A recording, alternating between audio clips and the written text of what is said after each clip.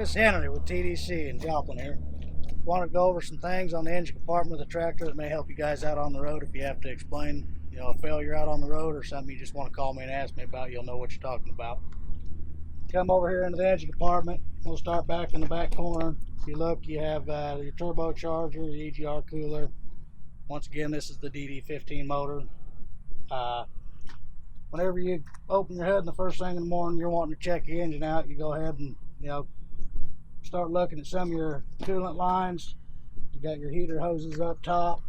Make sure you ain't got no rubbing, fraying of the lines. Obviously no coolant going nowhere. It's always a good idea to check your mounting bolts for your turbo and your exhaust manifold. Just make sure ain't none of them fell out, have any exhaust leaks. You'll be able to tell by carbon built up on the side of the engine. You got your air-to-air boots here. It's always a good idea to go ahead and feel around them, make sure they haven't blown out or had any problems. Your clamps ain't coming undone. Got your AC lines. Obviously pretty important this time of year. It's a little warm outside. Once again, you want to make sure they're not rubbing, causing any problems. It's going to cause them to burst. AC compressor. It's always a good idea to keep an eye on it. Make sure you don't have any freon that may be coming out of it, causing it to lose charge or for your AC not working.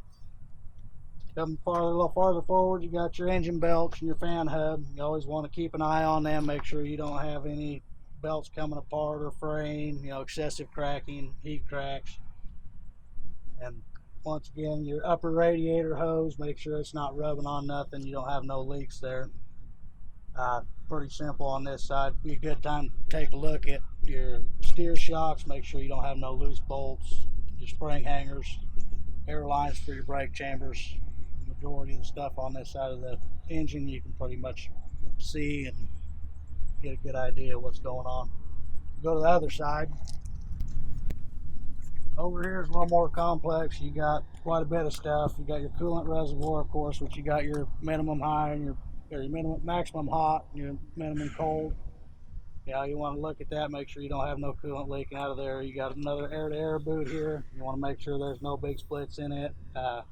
Your hose clamps ain't coming undone, and so forth. Your Davco filter, fill filter, you don't want that thing to be to the top, over full. That's a good indication that the system's getting plugged up.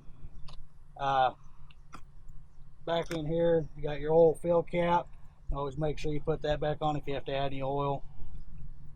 Majority of this, you got your fill filter housing. You're not going to be able to inspect anything going on inside of there, but you got bolts, fuel lines, stuff like that up top. You want to make sure you don't have no leakage from the fuel system.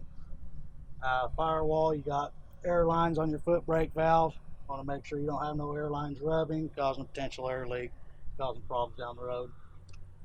On the manual transmission, you got a clutch master cylinder up here, and it's got a minimum and a maximum level on it. You always want to make sure that's got fluid in it.